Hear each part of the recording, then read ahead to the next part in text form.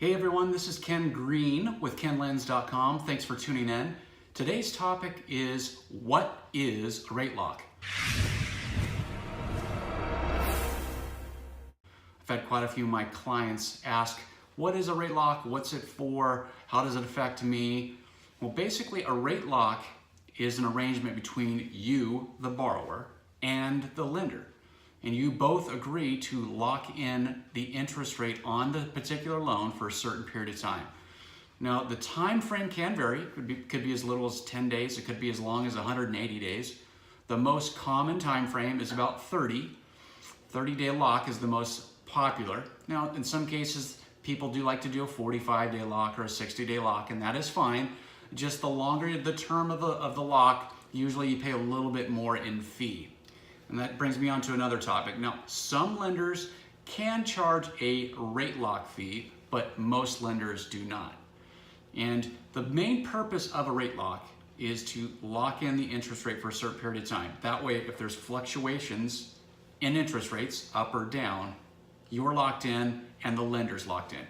Obviously, if there's a fluctuation down, you would love to get the better interest rate. But because you agreed to lock the loan with that lender, they would not allow that to happen. But same thing would happen conversely. If rates happen to spike up, the lender's not going to come back to you and say, hey, I want you to take this higher interest rate even though we already locked it. They would never do that. So that's really the purpose of trying to lock in the interest rate. There's a couple interesting elements towards a rate lock. So as a broker, if I were to lock in your interest rate, that would obligate you with that lender. But if rates drop significantly, I'm talking about a decent amount, and the lender is not willing to renegotiate, well, then I could take the file to a different lender, and knowing that rates are now lower, lock in a loan for you with that new lender. Now, that doesn't typically sit well with the previous lender. I would have a problem doing loans with that lender in the future if I constantly broke locks or didn't fund based on a commitment on a rate lock. So every once in a while it kind of makes sense, but not all the time.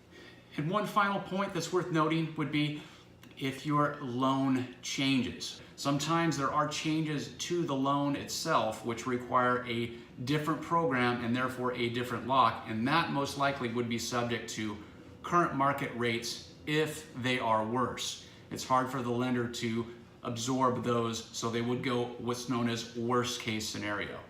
So those are some of the tidbits about locking in an interest rate.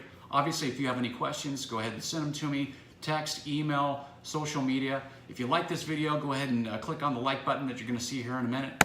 And come back soon and you'll see more videos regarding the lending process and just certain topics that I think are going to be worthwhile for you to watch and learn. This is Ken with KenLends.com. Thanks for viewing.